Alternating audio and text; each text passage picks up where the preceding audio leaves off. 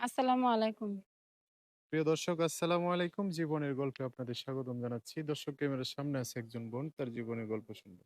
দর্শক ভিডিও দনে নাম্বারটা থাকবে, বিস্তারিত জানতে চাইলে ভিডিও থেকে নাম্বার নিয়ে যোগাযোগ করতে পারবে।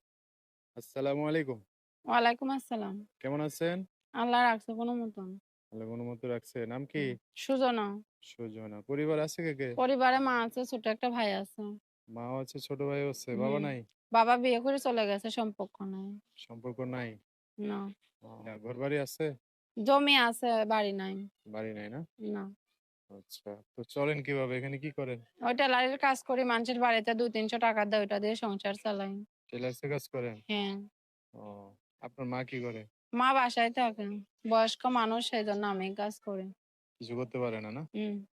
ও, টেলার্সে কাজ করে নিজস্ব না অন্য মানুষের বাড়ি? মানুষের মেশিনে কাজ করি। নিজের মেশিন হইলে অনেক উপকার হইতো। উপকার বলতে কেমন উপকার? আসলে নিজের কাজ নিজে কইরা খাইতাম। মানুষের বাড়িতে আর যাওয়া লাগতো না। মানে এখন মানুষের টাকার মেশিনে ভাগটা কাজ দেওয়া করি। লাগতো না, না? না, অন্য মানুষের কাজ যাই টাকা পাই ওই টাকা খাইয়া ফেলাই। আচ্ছা, আচ্ছা। ভাই কি করে? ছোট ভাই মাদ্রাসায় পড়ে। মাদ্রাসায়? হ্যাঁ। ও, এখন কি জন্য আসছেন এখন প্রতিবেদনে? প্রতিবেদনে আইছে যদি ভালো একজন মনের মানুষ পাই বিয়ে শাদী করবো সেই জন্যে। ভালো মনের মানুষ আপনার আশেপাশে নাই? না, আশেপাশে নাই। ও, কিন্তু নিয়ে পাশে দাঁড়াইলে হ্যাঁ, হবে? যেকোনো জেলার মানুষ হইলে বিয়ে শাদী করতে রাজি আছে। বয়স্ক হোক, বাচ্চা-কাচ্চা থাকুক। হুম, সংসার থাকলে অসুবিধা নাই। সে যদি আমার খরচপাতি চালাইতে পারে, আমার খাওয়া-দাওয়া দিতে পারে, হুম। তাইলে আমি রাজি আছি। বয়স্ক মানুষ হইলেও কোনো অসুবিধা নাই। কারণ বয়স্ক মানুষ আরো বউরা ভালোবেসে আগলে রাখতে পারে। ও আচ্ছা।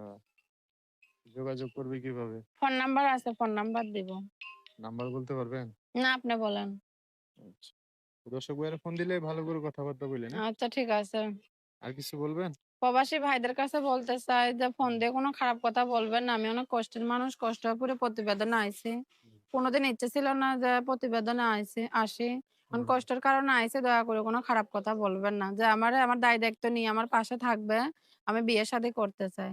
আর আচ্ছা। অনেক ভাইরা ফোন দিয়ে ইমো নাম্বার চায়। আমার ইমো মোবাইল আছে বুঝছেন? হুম, কিন্তু মোবাইলটা আমার ফোন দিলে আমি ইমো নাম্বার দিতে পারবো। আমি কথা বলে ইমো নাম্বার দিব।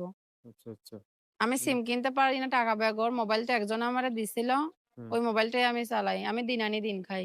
আচ্ছা আমি সেইজন্য প্রবাসী ভাইদের আমি ইমো নাম্বার খালি দিতে পারি প্রবাসী না। ভাইয়ারাই আপনারে ফোন দিয়া করে।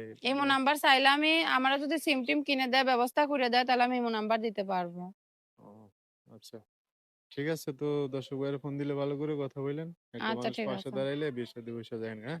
আচ্ছা, আচ্ছা দর্শক, আপনারা তো শুনছেনই সুজনের কথাবার্তা। বিস্তারিত জানতে চাইলে এই যে ভিডিও থেকে নাম্বার নিয়ে যোগাযোগ করে বিস্তারিত সব জানতে পারবেন।